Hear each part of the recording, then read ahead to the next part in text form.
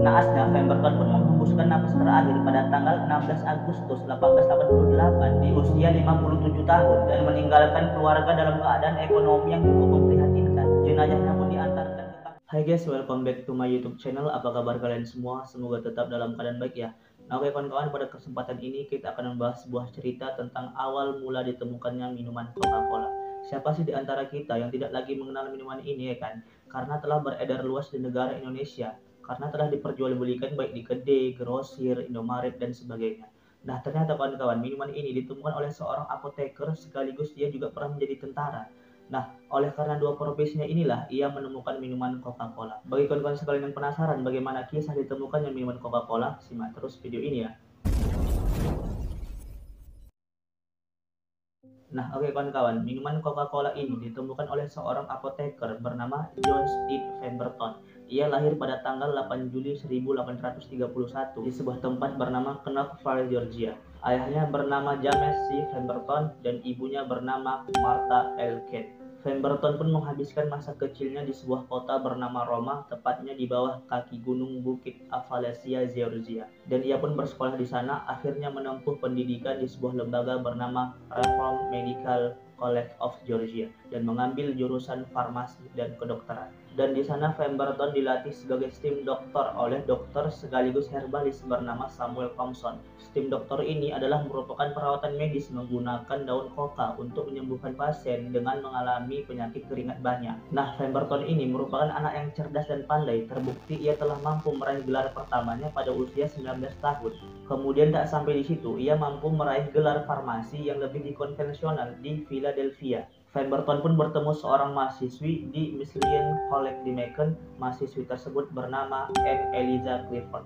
Akhirnya mereka pun memutuskan untuk menikah pada tahun 1853. Dan dari hasil pernikahannya mereka pun dikaruniai seorang anak laki-laki bernama Kelly Pemberton. Setelah 1 tahun menikah, Pemberton dan istrinya tinggal di sebuah tempat bernama Pemberton House di Columbus. Dan di sana ia membuka bisnis grosir dan eceran bahan obat-obatan yang dijualnya di apotik dan gerai pameran obat. Dan terbukti bisnis yang ditekuninya berjalan dengan sukses dan lancar. Hingga akhirnya Pemberton direkrut menjadi tentara selama Perang Saudara di Amerika Serikat. Ia menderita luka yang menyakitkan akibat perang pada tahun 1865. Pemberton pun mengonsumsi morfin untuk mengurangi rasa sakit yang dialaminya dan ia pun kecanduan morfin. Morfin ini adalah obat untuk mengurangi rasa nyeri dalam jangka waktu pendek. Nah, sebagai ahli kimia, ia pun menemukan penghilang rasa sakit tanpa kandungan opium. Opium ini adalah getah dari tanaman kopi yang apabila seseorang mengonsumsinya bisa mengalami kecanduan.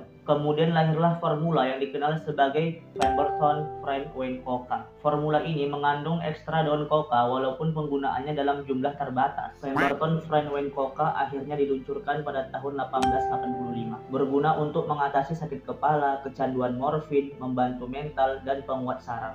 Pemberton Friend Wayne Coca berkembang luas menjadi Coca-Cola setelah munculnya larangan alkohol beredar luas di kota Atlanta pada tahun 1886. Walaupun peraturan itu hanya diimplementasikan hanya dalam 1 tahun. Pemberton khawatir produknya akan hilang, maka ia melakukan eksperimen di rumahnya dengan menggunakan laboratorium dan mengganti alkohol yang terdapat pada Coca-Cola dengan air soda dan dikirim ke apotik untuk diuji. Ia mengutus keponakannya untuk melihat reaksi pelanggan dalam mengonsumsinya. Nah, pada tanggal 8 Mei 1886, formula buatannya siap dijual dalam bentuk sirup di Atlanta's Jacob Pharmacy dengan harga 5 sen. Pemberton kemudian mendirikan perusahaan dan menunjuk putranya bertanggung jawab atas produksinya.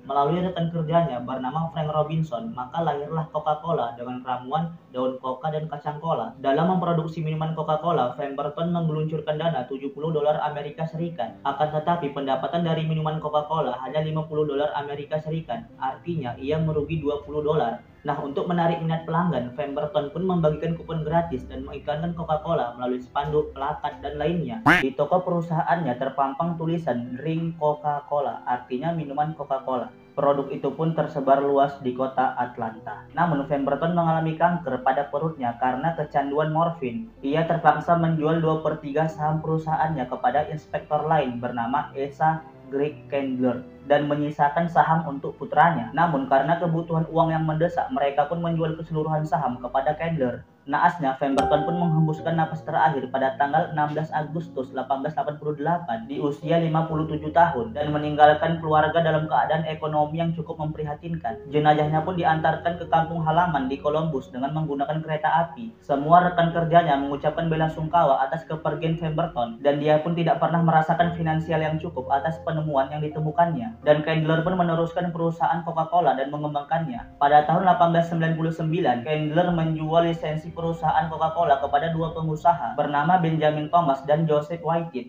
Mereka membuat Coca-Cola dalam bentuk botol agar lebih praktis kepada konsumen dan akhirnya berdirilah perusahaan bernama The Coca-Cola Company pada tahun 1892. Perusahaan ini memiliki lebih dari 500 merek dan mampu menjual lebih dari 1,9 miliar porsi minuman setiap hari dan diedarkan lebih dari 200 negara. Nah kawan-kawan, itulah tadi awal mula ditemukannya minuman Coca-Cola. Bagi kalian semua yang suka dengan video ini, jangan lupa like, subscribe, dan tinggalkan pendapat kalian semua melalui kolom komentar. Oke, assalamualaikum warahmatullahi wabarakatuh.